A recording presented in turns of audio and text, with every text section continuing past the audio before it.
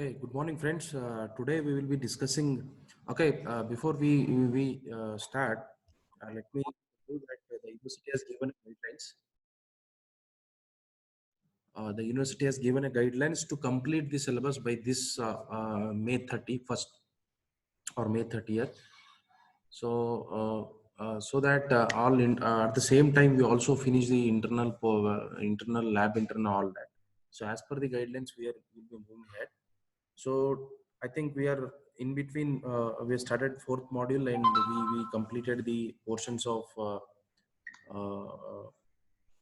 the portion of joining the metal properties of the material, and also we discussed the welding, soldering, brazing, and all that we discussed. And today we will be moving ahead with belt drives.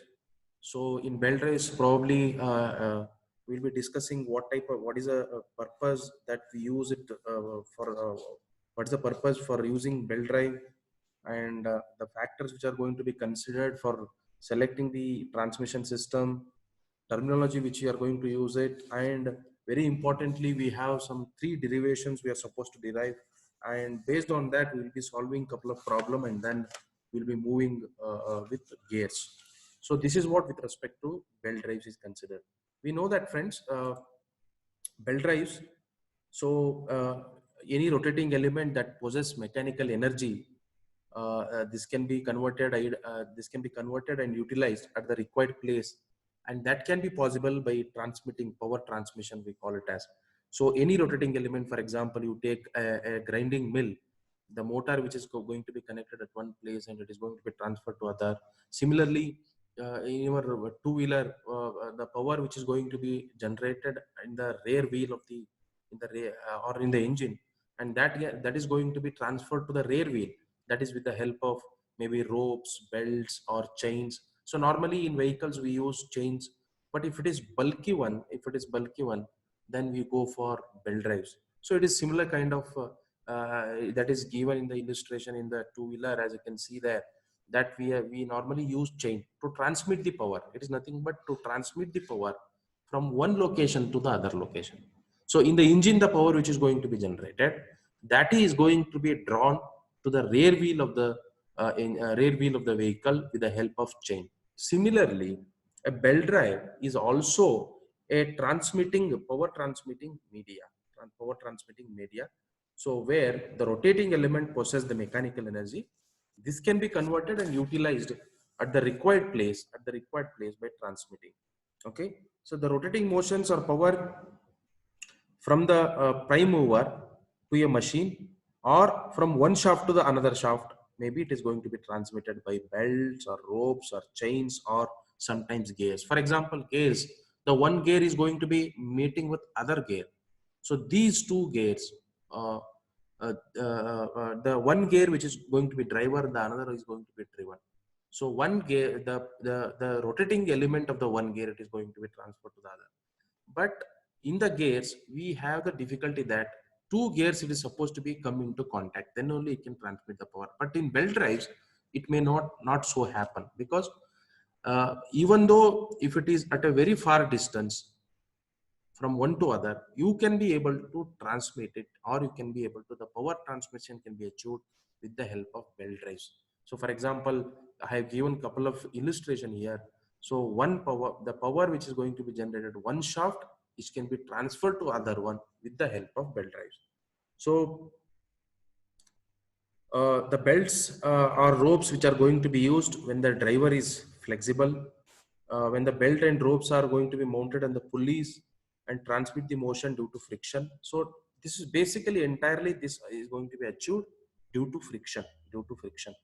So chains and gears are used when the drives is rigid without any slip, or any two shafts are going to be at a small distance. So normally the gears normally we use it, but only thing is, if the two two primers or two moving elements are close to each other, or they are at very small distance, then we go for gears, shaft gears we go for. If it is the distance between them are, if it is shorter, then we go for gears. But if it is at very high distance, a very large distance if we have, then normally we prefer to go for belt drives. even though in that case we don't normally we don't prefer even chains also or ropes also. Uh, uh, so this is with respect to the this is with respect to the introduction to the belt drives. So normally we use types of transmission system. If you look at, we use belt drives, rope drive, chain drive, and gear drive. And transmission system is nothing but it's a system that is used to transmit the power from one mechanical element to another mechanical element, is known as transmission system or drive, we call it as. So what is the transmission system?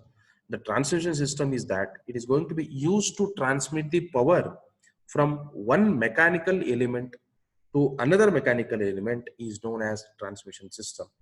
Okay, and the factor which are going to be considered to select the transmission system is going to be the major consideration is the distance between the driver and the driven pulley, and operational speed, the speed, what is the speed in which it is rotating, and the power which is going to be transmitted.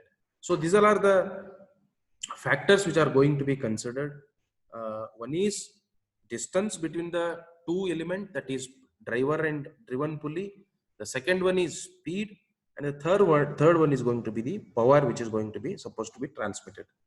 Okay, so normally the belt drive is one of the most effective method of transmitting the power from one mechanical element to another mechanical element by using transmission system. So normally, if you consider the types of belt drives, there are three different types of belt drives we use it: light drives, medium drives, and heavy drives. And this is going to be selected based on the factors we are going to be considered. That is the distance. Uh, that is the distance, and that is the distance and the operational speed and the power. So based on that, we go for either light drive, medium drive,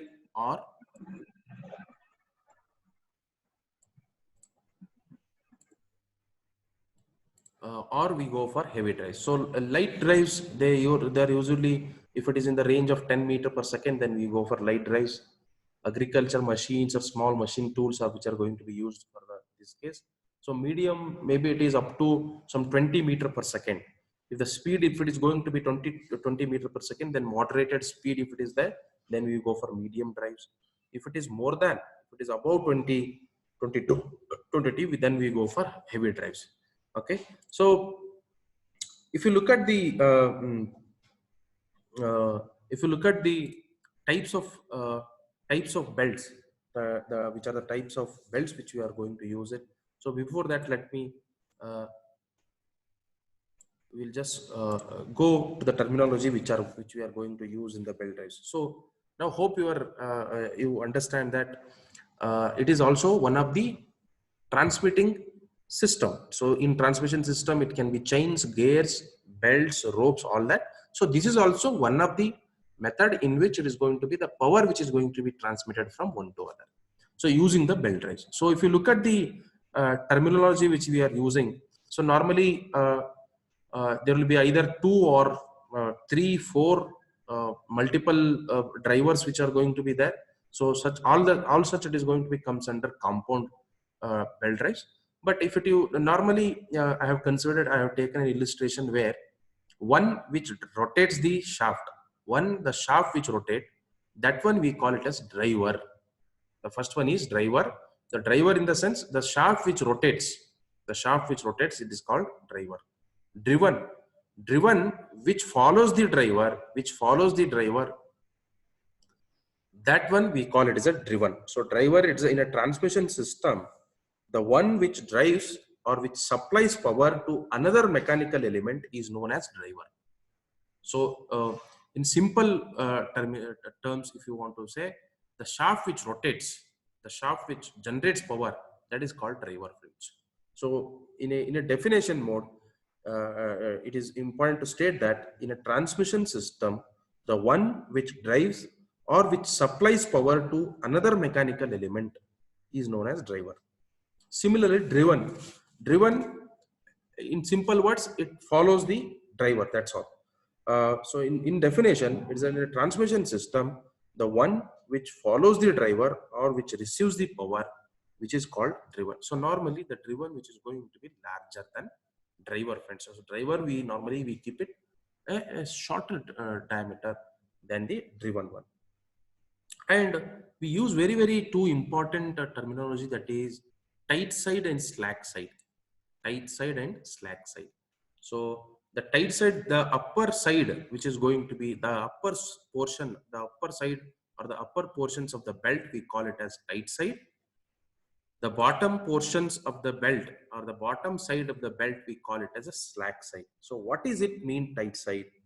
The portion or side of the belt where there is a maximum tension. The tension will be more in the upper side compared to the bottom side.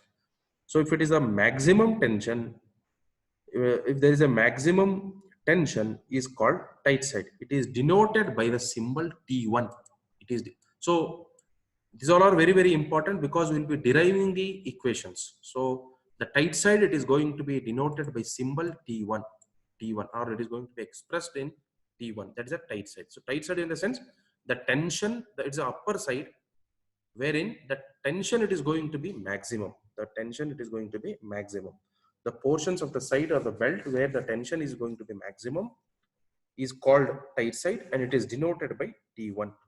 And these tensions, T1 or T2, whether it is a tight side or slack side, it is going to be expressed in terms of newtons, Similarly, the slack side, it is the portions of the sides of the belt where there is a minimum tension is called slack side. So I mean to say, maybe you have seen the grinding mills or flooring mills for our food appliances to grain it. We go for floor milling, right? So where you have seen the belts. So normally the lower portion, it is going to be freely suspended. It is going to be slightly free compared to the top one. So in that upper side, the tension, it is going to be more. It is going to be, so that's why it's a tight side, we call it as. So in the slack side, there's a portion or the side of the belt where there is a minimum tension is called slack side, and it is going to be denoted, or it is going to be expressed in terms of T2. T2 it is. Okay. So again, this is also, it is going to be measured or expressed in terms of newtons. And one more, that is arc or angle of contact. Arc or angle of contact. So what does it mean, arc or angle of contact? It's the portions of the belt which is going to be in contact with the pulley surface. For example, in the figure itself, you take one is the driver and the another one is a driven pulley. One is a driver pulley and another one is a driven pulley. So not all the belt which is going to be come in a contact with the pulleys in a particular time.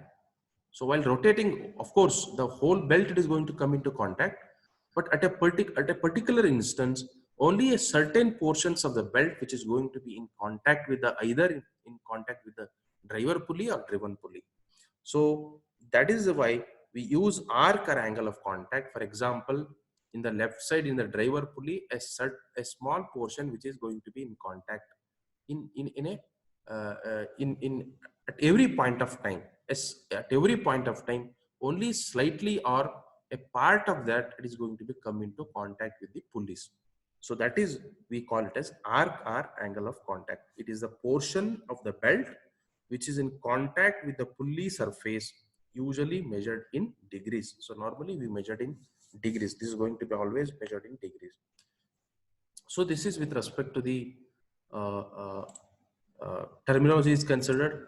So so now if you want to just recall it, the tight side is going to be expressed in T1, that is a maximum tension which is going to be there. The slack side, it is going to be expressed in T2, and both are, it is going to be in Newton. So angle or arc of contact is a portions of the belt which is going to be come into contact with the pulley surface, right? So these are, and driver is nothing but the one which drives the system, that is driver, and the one which follows, it is going to be driven. So if you look at the material perspective, the material which we are going to choose, it is also depends on various factors, that is speed, that is distance, that is the the quantity of the power. So all that it matters. So based on that, we normally we go for different types of belts. So normally we use leather belts, cotton or fabric belts. So all that we use it. Uh, uh, Give me a second. So we either go for either we go for once again. I have a picture for that to show it. Just give me a second.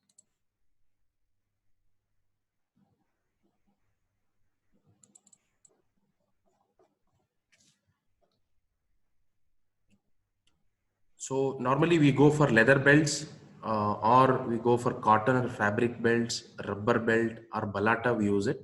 So normally it depends on, that is what I have told you, that is very, it depends on various factors.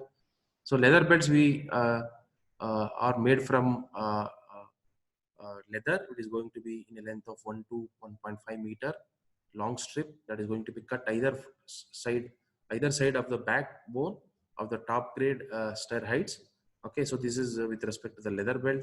Fabric one. So fabric one, it is made up with the fabric by folding canvas or cotton duck of 2 to 3 layers. It is going to be done based on the quantity of the power or based on the distance and all that. So rubber belt also it is going to be used or made of layers of fabric. It is going to be impregnated with the rubber composition and a thin layer of rubber which is going to be it is going to be used. So these rubber belts are going to be very flexible compared to other because it is can be, but at the same time it can be it very quickly it is going to be destroyed. The balata belts, this balata also it is similar to the rubber one. Uh, Balata gum it is going to be used in place of rubber. Of course, this is acid proof because compared to rubber, it is acid proof and waterproof, and it is not affected by animal oils or alkalis, all that. So this is so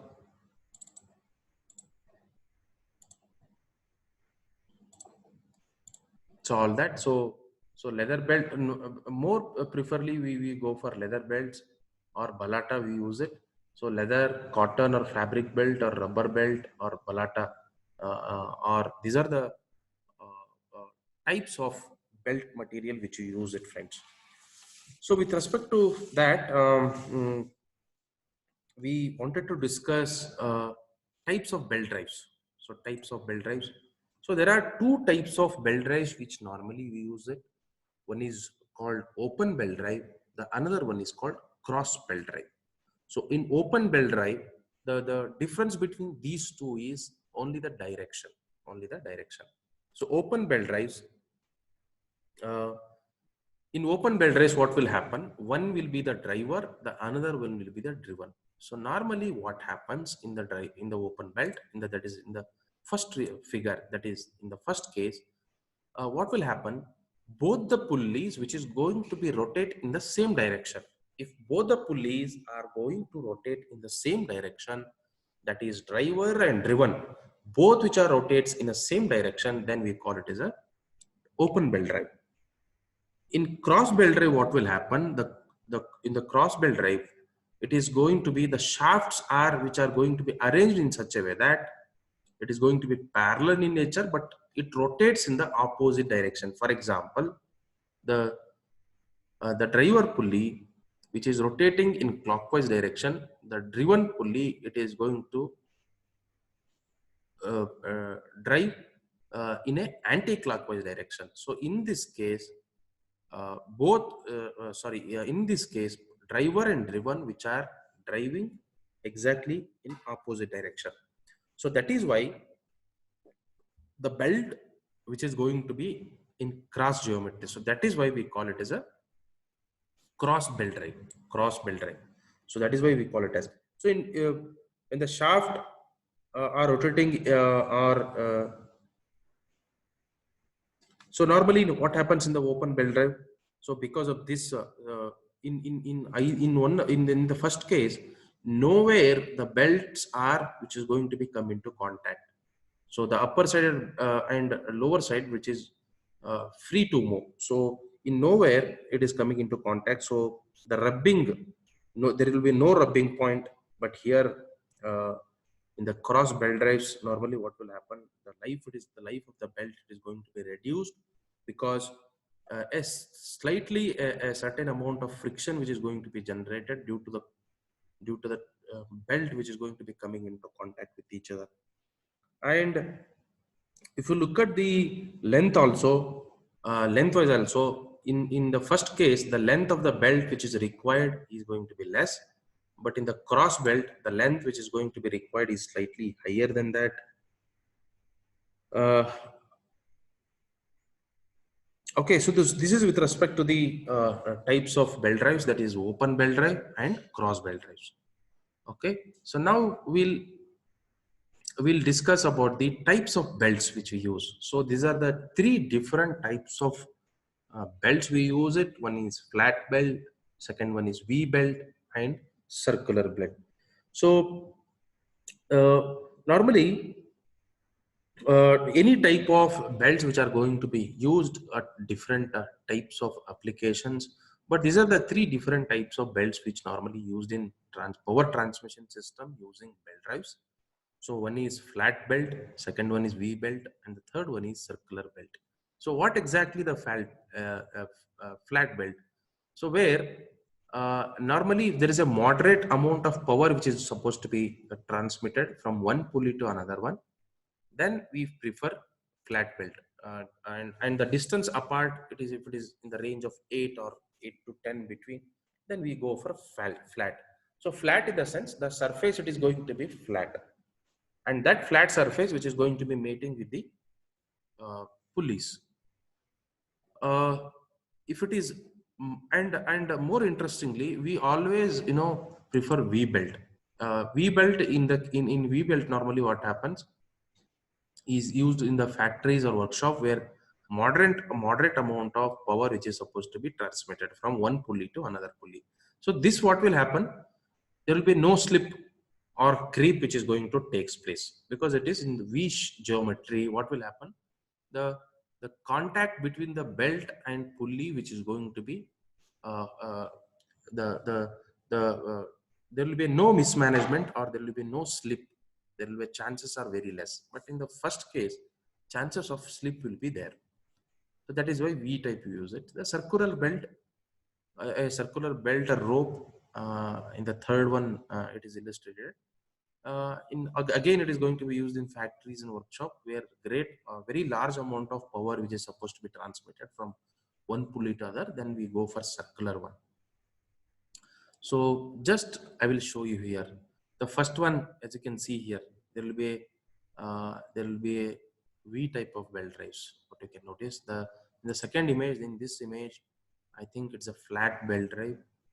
What you can notice here. So appropriately we use it different types of belt drives, friends.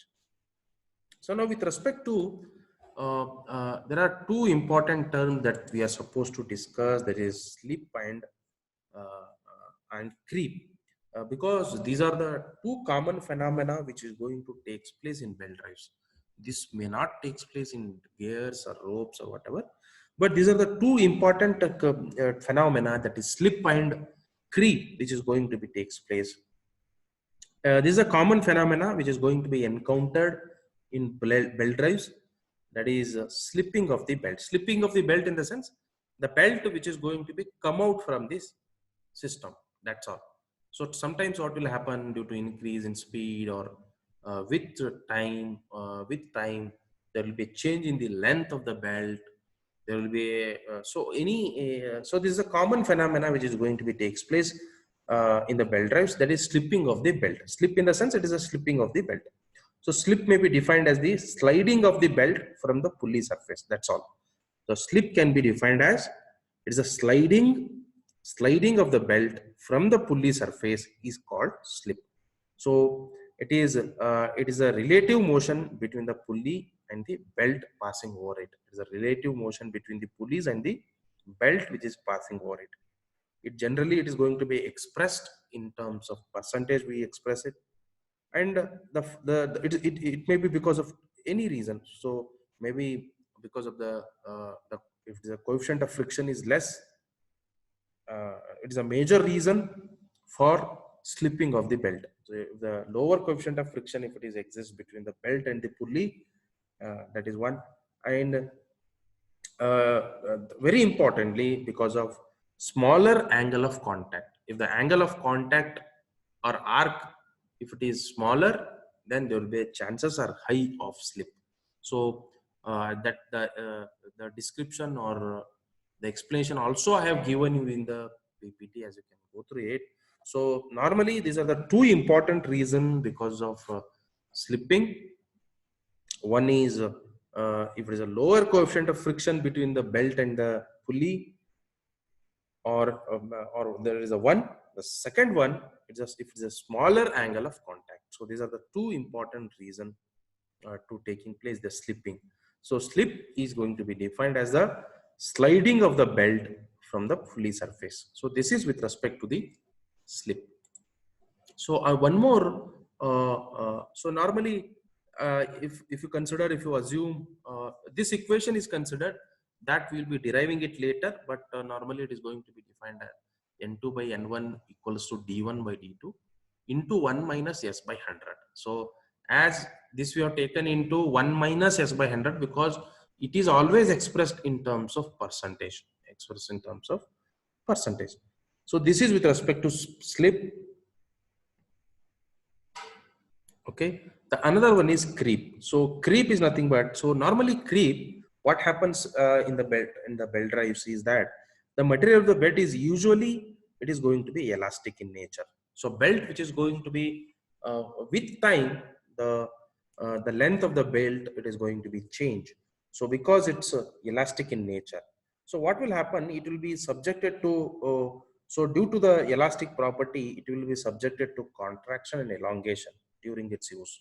So what will happen with the use, or with time, during its operation, what will happen, it is going to be subjected to either it is going to be contraction or it is elongation, anything may be because of the elasticity. So where the belt in contraction movement between the driver and driven pulleys, it will be subjected to alternate its tensions. For example, it will change T1 to T2 or T2 to T1. Compared to contraction, elongation will be more. So contraction in the sense, the reduced in the length of the belt. Elongation in the sense, the length.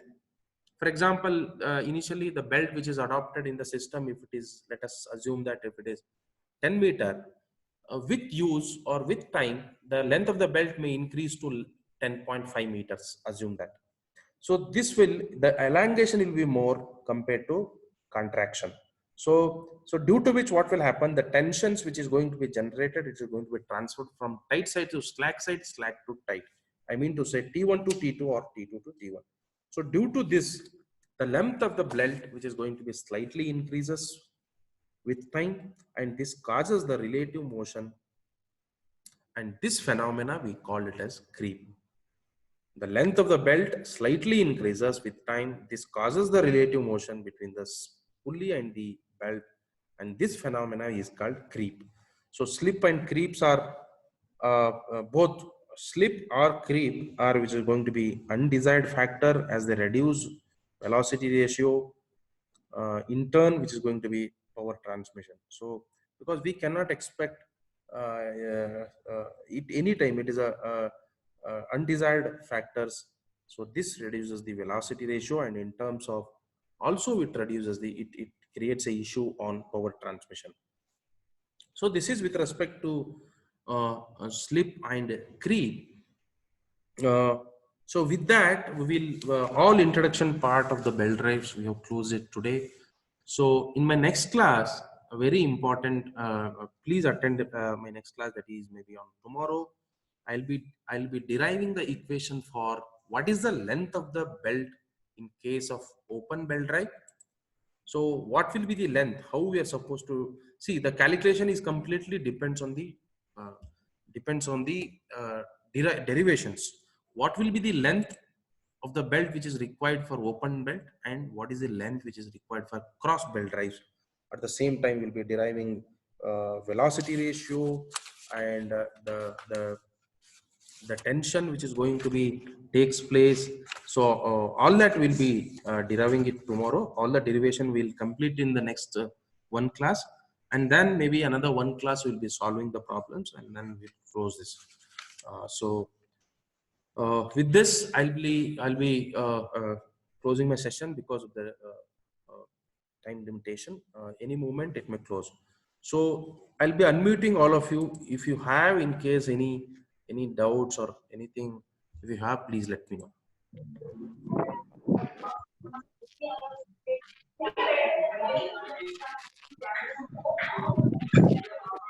Any doubts you have, friends?